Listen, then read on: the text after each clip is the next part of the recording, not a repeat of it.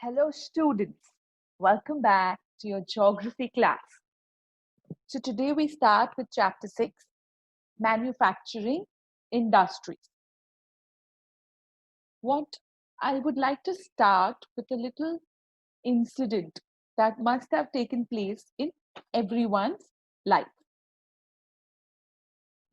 So, when you all go for Diwali shopping to market with all your parents and all your relatives, or probably you all go alone, you all see the market and you all see there is shoes, there are clothes, there are utensils, there are, you can find sugar, tea, you can find diyas, you can find so many uh, products out there.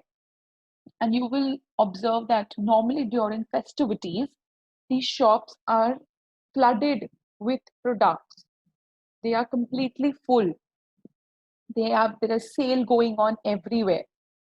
Have you ever wondered how so many items are made and they are made in such large quantities? Shoes, clothes, sugar, these are all manufactured by machines in large industries. And some utensils are manufactured in small industries.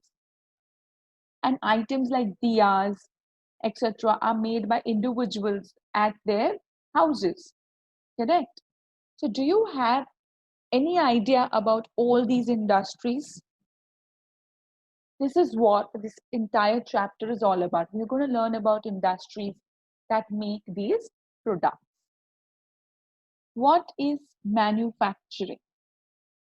Production of goods in large quantities after processing from raw materials to more valuable products is called manufacturing. I'll repeat this. Production of goods in large quantities after processing from raw materials to more valuable products is called manufacturing. How is paper manufactured? From wood, sugar. Sugar is manufactured from sugarcane. Iron and steel are manufactured from iron ore. Aluminium is manufactured from bauxite. Some types of clothes are manufactured from yarn, correct?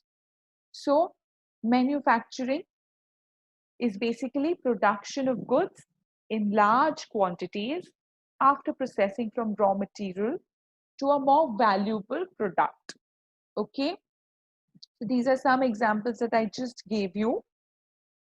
So, manufacturing is a secondary economic activity and it is responsible for the economic strength of a country. Industrial development is regarded essential for higher income, eradication of unemployment and poverty. For all this, industrial development is very important.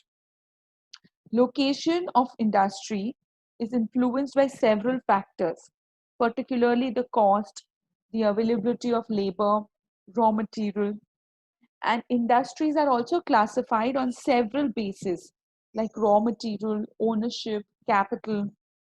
Industries developed, industrial development has increased over over the last decade in the world. So, what is the importance of these industries? The importance of industry is number one, employment.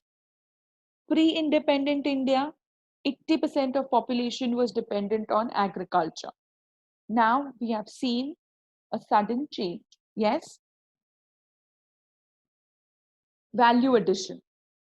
In the period before independence, India exported raw cotton, unprocessed minerals, and many other products to England.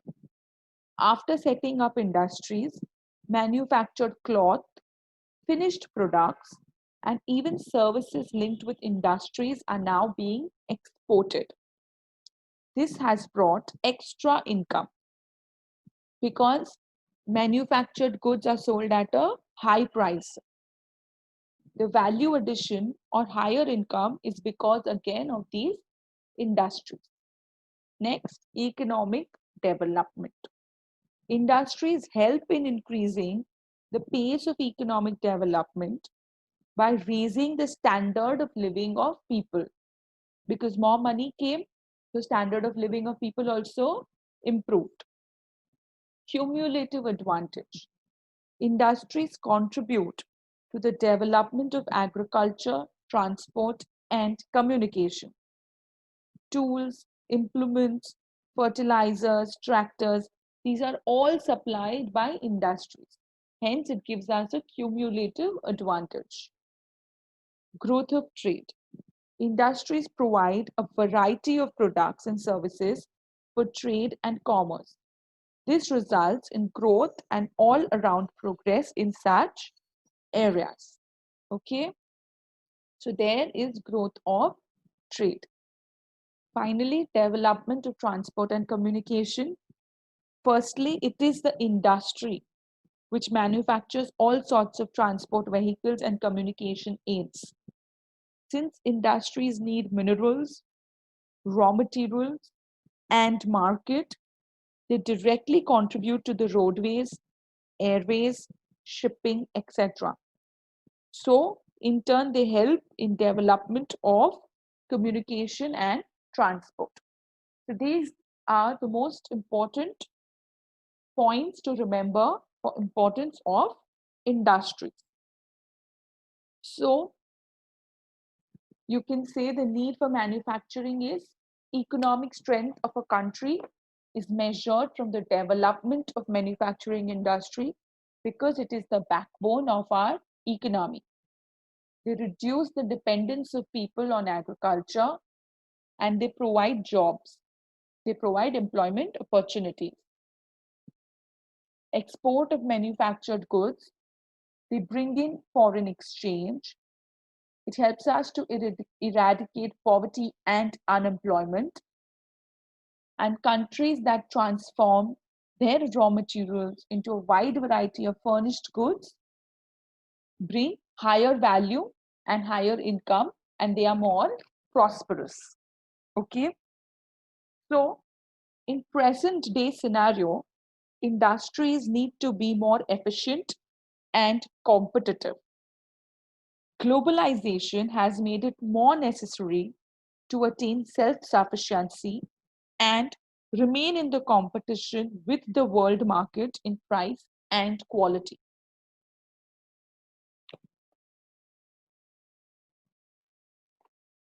Another thing is, what is the contribution of industry to the national economy? Industries make a significant contribution to India's national income. The national income is the sum total of a country's value of all incomes in like the value of labor and materials, interest on capital invested, taxes paid, etc. Since 1951, that is, since the beginning of industrialization, the share of industries has been gradually rising. Although it was pretty negligible in 1950-51, but it rose to about 18% in 2001. For fulfilling the objective of achieving the target of manufacturing productivity, the National Manufacturing Competitiveness Council was set up. Okay. So nowadays, because of globalization, our country not only has to become self-sufficient, that is Atmanirbhar, but we also have to remain in the competition with the world market in prices and quality. This is the current need of the world. Okay.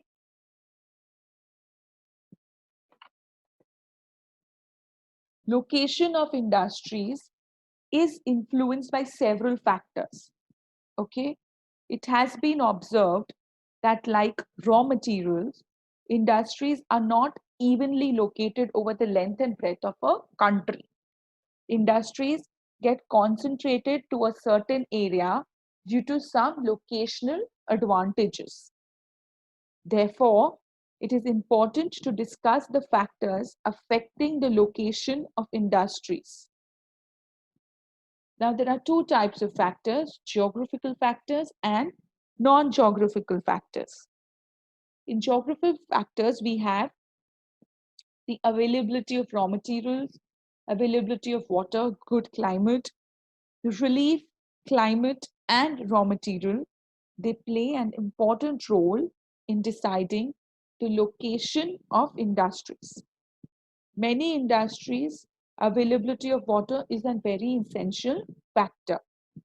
If you look at non-geographical products, you will see lots of options over there, like urbanization. Urbanization and industrialization go hand in hand. Cities provide markets and services such as banking, insurance, labor, etc. That is very important to the industry. Availability of electricity is uh, another important focus area. Cheap and skilled labor, transport and communication facilities, market, capital investment, suitable government policies. These are all very important when you are deciding the location of a industry. Okay.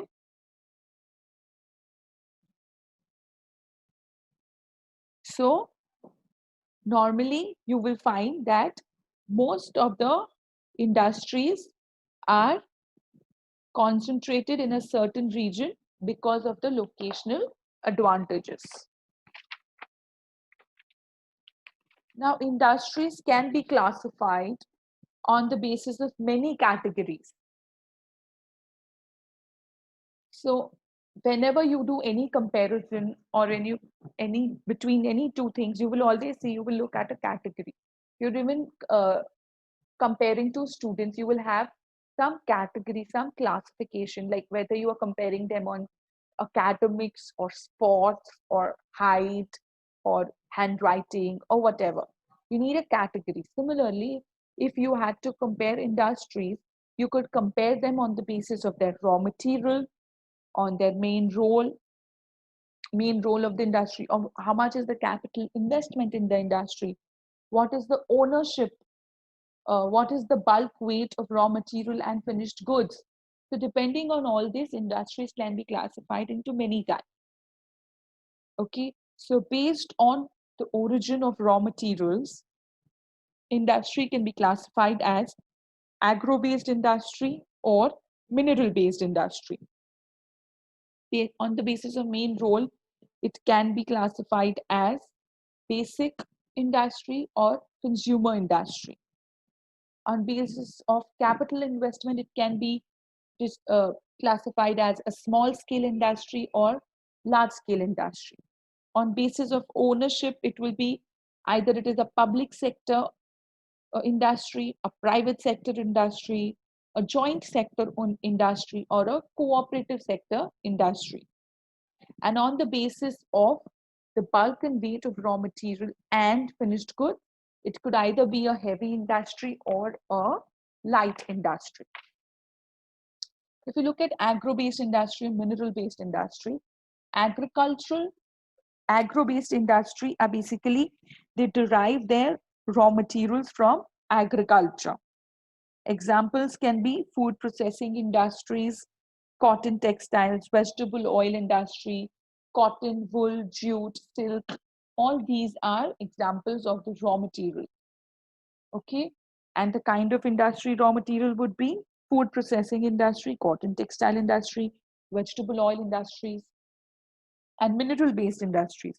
These are based on minerals that are processed into finished goods, like iron and steel, aluminium, machine tools, cement, etc. Okay.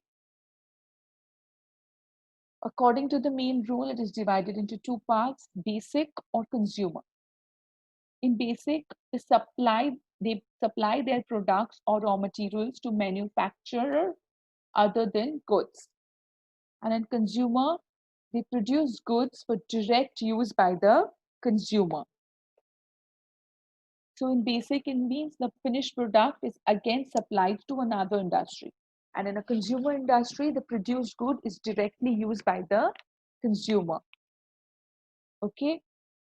Example in the basic is iron and steel, copper, aluminium smelting. And in a consumer industry, it's sugar, toothpaste. These are all consumer products on the basis of capital investment. So on the basis of capital investment, we have small scale industry and large scale industry. According to the government of India, a small scale industry has capital investments of 1 crore rupees. They have comparatively less number of workers, and most of the spinning and weaving mills and oil and soap making fall into small scale industry. If the investment is less than 1 crore, then it is known as a small scale industry. If the investment is more than 1 crore, it is known as a large scale industry. Over here, the laborers are more.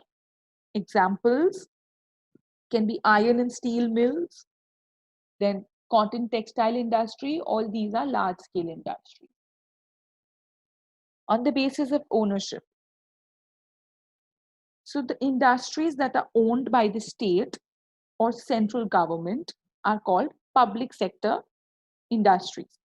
Examples can be Bharat Heavy Electricals Limited, that's BHEL, National Thermal Power Corporation, Bharat Electronics, etc. And private is the industries that are owned by individuals or groups. Some private industries are very large, like Reliance, then there is Tata Iron and Steel, Bajaj Group of Companies, Tisco, Dabur. These are all private industries. Joint sector industry. These companies in this sector are run jointly and managed by both government and private sector. They are generally very large companies. For example, Oil India Limited.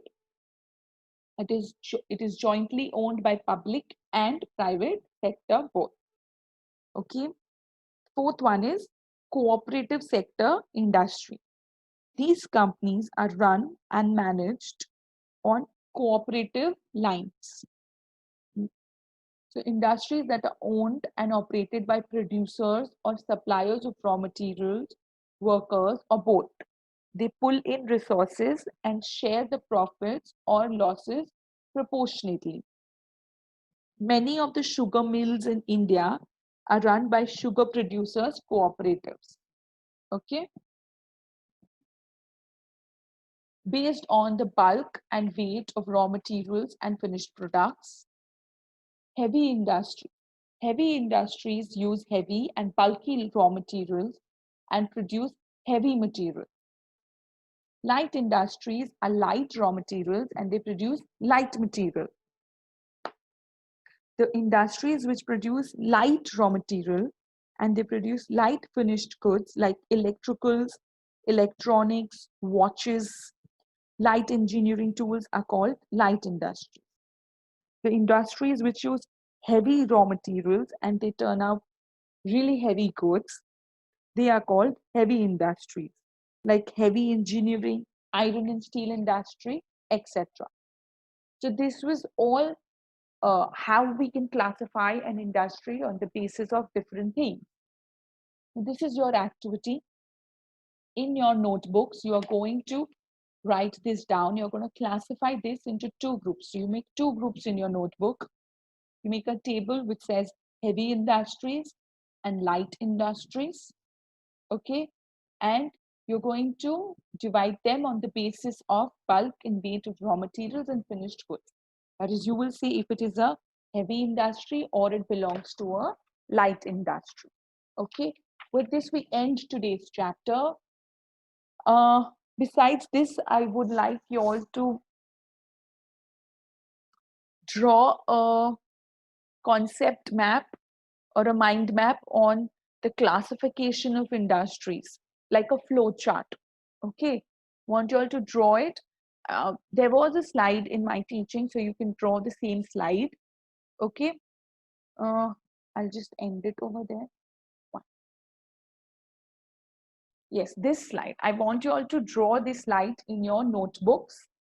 Okay. And under every, I want you all to put pictures of an agro-based industry and a mineral-based industry. Want you all to stick some pictures of this. Okay. So you can understand them easily. All right.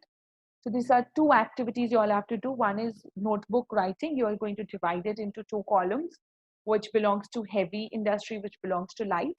The second one is I want you all to draw this in your notebooks and stick pictures for examples of every industry. Okay. With this, we end today's class. Stay home, stay safe, take care, and keep learning. Thank you.